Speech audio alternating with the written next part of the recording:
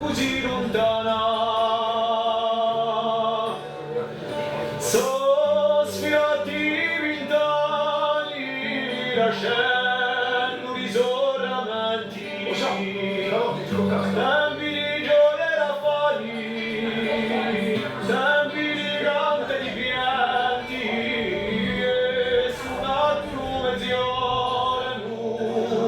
al Ruloghju di Vita.